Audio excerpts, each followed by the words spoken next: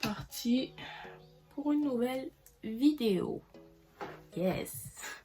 Hey! J'espère que vous allez bien. Moi, en tout cas, par la grâce de Dieu, ça va. On se retrouve aujourd'hui pour une nouvelle vidéo qui est en rapport avec la confiance en soi. Je sais pas si vous vous en rappelez, mais lors de ma première vidéo, je vous avais dit que j'allais faire cette vidéo. Donc, dans cette vidéo, je vais vous donner un petit peu ma vision des choses par rapport à la confiance en soi. Et voilà, en fait. En tout cas, voilà. J'espère que la vidéo va vous plaire. Et sans plus tarder, on passe à la suite.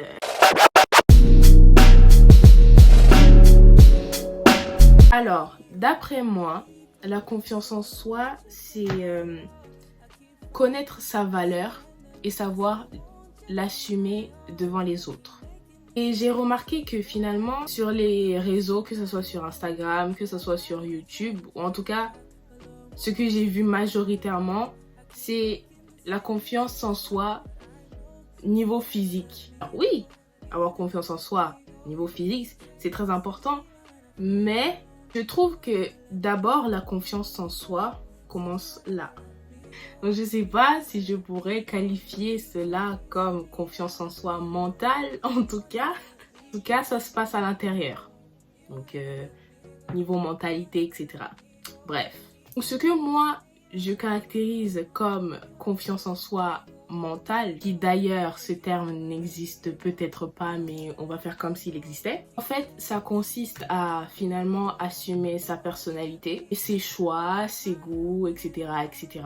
Et surtout, quelque chose qui caractérise vraiment un manque de confiance en soi dans la tête, c'est le fait de changer d'attitude ou volontairement changer de personnalité pour rentrer dans un groupe de personnes qui n'ont rien à voir avec ce que l'on est. La confiance en soi dans la tête, c'est justement savoir qui on est, quelle est notre personnalité, qu'est-ce qu'on aime, qu'est-ce qu'on n'aime pas, qu'est-ce qu'on supporte vis-à-vis des autres et qu'est-ce qu'on ne supporte pas. Et comme je disais avant, sur l'exemple de changer volontairement de personnalité pour pouvoir adhérer à un groupe de personnes, c'est finalement se mentir à soi-même en fait. Et c'est une sorte de jeu de rôle parce que finalement vous allez plus vous rajouter du poids à supporter pour son statut vis-à-vis des autres. Je ne sais pas si ça se dit, mais en tout cas voilà. Donc voilà pour le premier point très important qui d'ailleurs n'est pas vraiment souligné comme j'avais dit juste avant sur les réseaux. Vous savez, lorsque vous vous serez accepté intérieurement, l'acceptation physique finalement va venir très vite en fait. Donc voilà la transition avec le deuxième point qui est donc le physique. Bon, le physique, voilà, c'est un problème de comparaison. Je pense que finalement, la comparaison c'est nécessaire à un certain moment. Je m'explique. La comparaison, elle vient très vite. Par exemple, quand on rentre à l'école, on est confronté avec des personnes qui viennent d'ailleurs, qui ont des différences physiques. Donc, tu vois déjà que tu n'es pas dans le même univers que d'habitude. La comparaison s'installe à partir du moment où il y a confrontation entre plusieurs choses qui, justement, ne sont pas pareilles. À ce stade-là, pour moi, la comparaison sert à savoir qui est en face de toi et savoir que finalement vous n'êtes pas pareil en fait. Et c'est là qu'il faut commencer à faire le travail d'acceptation et de se dire que ok, la personne elle est différente mais c'est pas pour autant que moi je suis en dessous. Les conséquences de la comparaison à long terme comme je l'appelle, visiblement moi je donne des termes confiance en soi mentale, comparaison à long terme. C'est bien ça, c'est bien ce que je fais. Donc voilà, les conséquences de la comparaison à long terme, c'est ça qui justement donne cette non-confiance en soi en fait. Encore plus si elle est accompagnée de critiques, voilà, par rapport à son physique, du style « Oh mais t'es trop grande, oh mais t'es grave petite,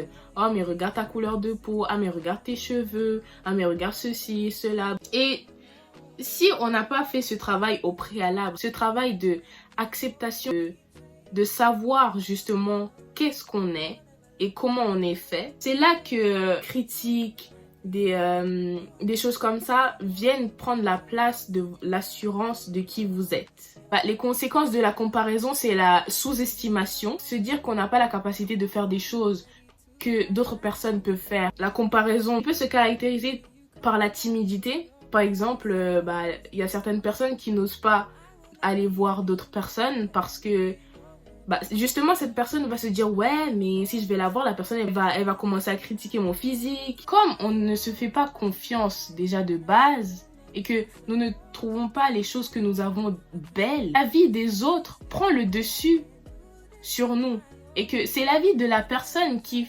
construit qui nous sommes. Faut pas résumer son apparence à des critères éphémères en fait. On est tous créés différemment.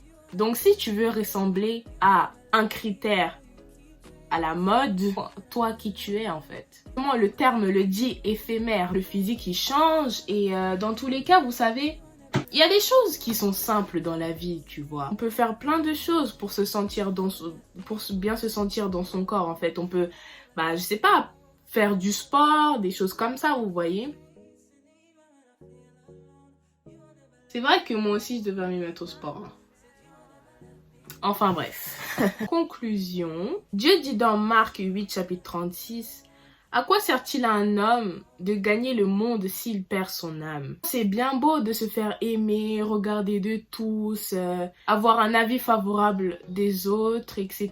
et tout. Mais toi, est-ce que tu t'aimes réellement en fait? Est-ce que toi-même tu portes de la considération pour qui tu es? Alors Dieu dit aime ton prochain comme toi-même. Et si tu n'as pas de l'estime pour toi-même sans bien évidemment tomber dans l'orgueil, comment tu veux aimer correctement ton prochain en fait? Car Dieu nous a créés à son image, il nous a appelés, prédestinés, justifiés. Donc à partir de ce moment-là, tu peux slay, tu peux dire yes en fait. Donc pour ma part, c'est grâce à Dieu que ma confiance en moi, elle est présente.